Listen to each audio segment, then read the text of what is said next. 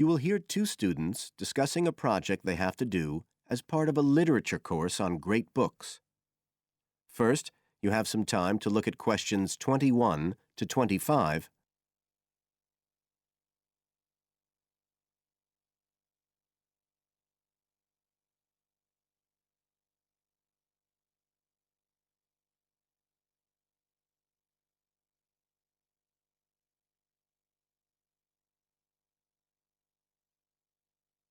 Now listen carefully and answer questions 21 to 25. Hi, Joey. How are you doing? I heard you were sick. Oh, hi, Olivia. Yeah, I had a virus last week, and I missed a whole pile of lectures, like the first one on the great books in literature, where Dr. Castle gave us all the information about the semester project. I can give you copies of the handouts. I've got them right here. But that's okay. I already collected the handouts, but I'm not very clear about all the details. I know we each have to choose an individual author. I think I'm going to do Carlos Castaneda. I'm really interested in South American literature. Have you checked he's on the list that Dr. Castle gave us? We can't just choose anyone. Yeah, I checked. It's okay. Who did you choose? Well, I was thinking of choosing Ernest Hemingway, but then I thought, no, I'll do a British author, not an American one. So I chose Emily Bronte. Okay. And first of all, it says we have to read a biography of our author. I guess it's okay if we just look up information about him on the internet? No, it's got to be a full-length book. I think the minimum length's 250 pages. There's a list of biographies. Didn't you get that? Oh, right. I didn't realize we had to stick with that. So, what do we have to do when we've read the biography? Well, then we have to choose one work by the writer. Again, it's got to be something quite long. We can't just read a short story. But I guess a collection of short stories would be okay? Yes, or even a collection of poems, they said. But I think most people are doing novels. I'm going to do Wuthering Heights. I've read it before, but I really want to read it again now I've found out more about the writer. And then the video. We have to make a short video about our author and about the book. How long has it got to be? A minute. What? Like 60 seconds? We got to give all the important information about their life and the book we choose? Well, you can't do everything. I wrote it down somewhere. Yes, Dr. Castle said we had to find or write a short passage that helps to explain the author's passion for writing, why they're a writer. So we can back this up with reference to important events in the writer's life, if they're relevant. But it's up to us, really. The video's meant to portray the essence of the writer's life and the piece of writing we choose. So when we read the biography, we have to think about what kind of person our writer is. Yes, and the historical context and so on.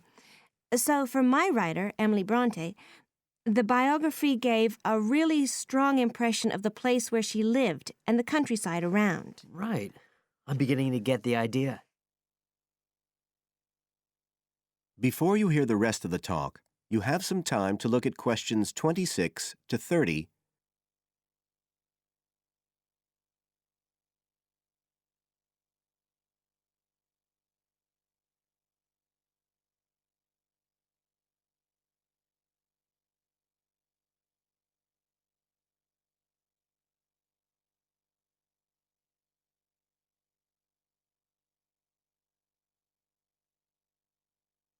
Now listen and answer questions 26 to 30.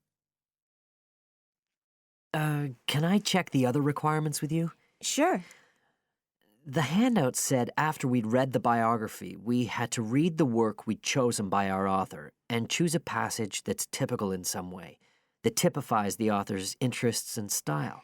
Yes, but at the same time, it has to relate to the biographical extract you choose. There's got to be some sort of theme linking them. Okay, I'm with you. And then you have to think about the video. So are we meant to dramatize the scene we choose? I guess we could, but there's not a lot of time for that. I think it's more how we can use things like sound effects to create the atmosphere, the feeling we want. And presumably visuals as well? Yeah, of course. I mean, I suppose that's the whole point of making a video. But whatever we use has to be historically in keeping with the author. We can use things like digital image processing to do it all. So we can use any computer software we want. Sure. And it's important that we use a range, not just one software program. That's actually one of the things we're assessed on. Okay. Oh, and something else that's apparently really important is to keep track of the materials we use and to acknowledge them. Including stuff we download off the internet, presumably? Yeah, so our video has to list all the material used with details of the source in a bibliography at the end. Okay. And you were talking about assessment of the project. Did they give us the criteria? I couldn't find anything on the handout. Sure, he gave us them in the lecture. Let's see, you get 25% just for getting all the components done. That's both sets of reading and the video. Then the second part is actually how successful we are at getting the essence of the work. They call that content, and that counts for 50%. Then the last 25% is on the video itself, the artistic and technical side. Great. Well, that sounds a lot of work, but a whole lot better than just handing in a paper. Thanks a lot, Olivia. You're welcome. That is the end of Part 3. You now have 30 seconds to check your answers to Part 3.